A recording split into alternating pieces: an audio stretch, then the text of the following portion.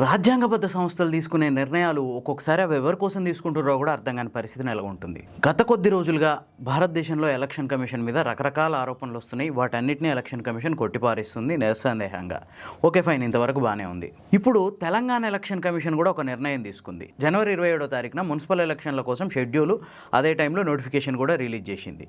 ఈ నోటిఫికేషన్ ప్రకారం ఏంటంటే జనవరి 28, 29, 30 ఈ 3 రోజుల్లో నామినేషన్లు పూర్తి చేయాలి. ఆ తర్వాత 31వ తారీఖున అభ్యర్థుల నామినేషన్ల పరిశీలన, 3వ తారీఖు లోపు విత్డ్రాయలు, తర్వాత 11న పోలింగు, 12వ తారీఖున ఎక్కడైనా అవసరం ఉంటే రీపోలింగ్ నిర్వహిస్తారు, 13వ తారీఖున రిజల్ట్స్ వస్తాయి, 16వ తారీఖున మున్సిపల్ చైర్మన్లు, వైస్ చైర్మన్ల ఎన్నిక, అట్లాగే నగరపాలక సంస్థల్లో అయితే కార్పొరేషన్ల మేయర్లు, అట్లాగే డిప్యూటీ మేయర్ల ఎన్నిక ఉంటుంది. ఇంతవరకు బాగానే ఉంది.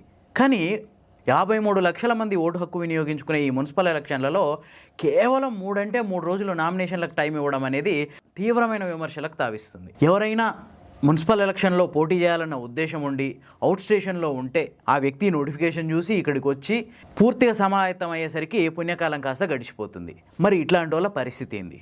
అంతేకాదు, గతంలో చాలా మున్సిపాలిటీలకి సంవత్సరాల తరబడి ఎలక్షన్లు నిర్వహించిన పరిస్థితి ఉంది. రకరకాల ఇష్యూస్, కోర్టు కేసులని, అవిలీన గ్రామాల సమస్యని, ఇట్లా రకరకాల ఇష్యూస్ వల్ల సంవత్సరాల తరబడి ఎలక్షన్స్ జరగకుంటున్నాయి. అంతెందుకు ఇప్పుడు ప్రధానంగా రాష్ట్రంలో వరంగల్, ఖమ్మం మున్సిపల్ కార్పొరేషన్లకు ఎలక్షన్లు జరగట్లేవు.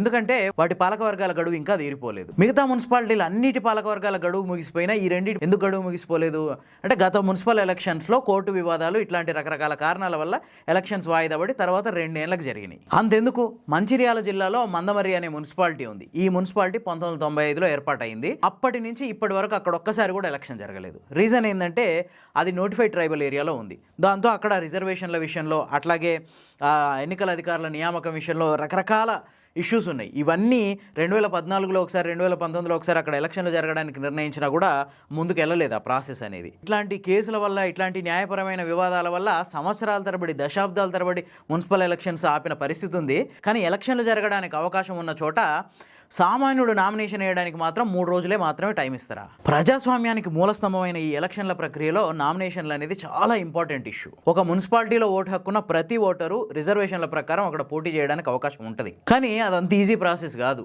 డబ్బు, పరపతి లేని అభ్యర్థులు, ఆదరణ లేని అభ్యర్థులు కేవలం ఈ 3 రోజుల్లో అన్ని సమకూర్చుకొని ఎన్నికల బరిలో నిలవడం అనేది కష్టసాధ్యమే కాదు, అసలు అసాధ్యం. ఎన్నికల్లో పోటీ చేయాలన్న ఇంట్రెస్ట్ ఉండి ఇప్పుడు పైన నేను చెప్పిన ఈ విషయాలు ఏవీ లేని వాళ్ళని ఈ ఎలక్షన్ కమిషన్ విధించే నిబంధనలు అనేది ఈ పోటీకి దూరం చేస్తుంది.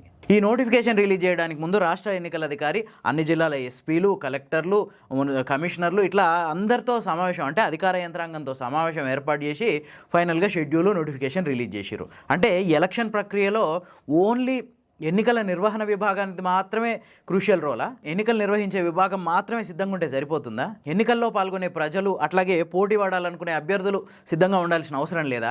అరే 3 రోజుల్లో నోటిఫికేషనా?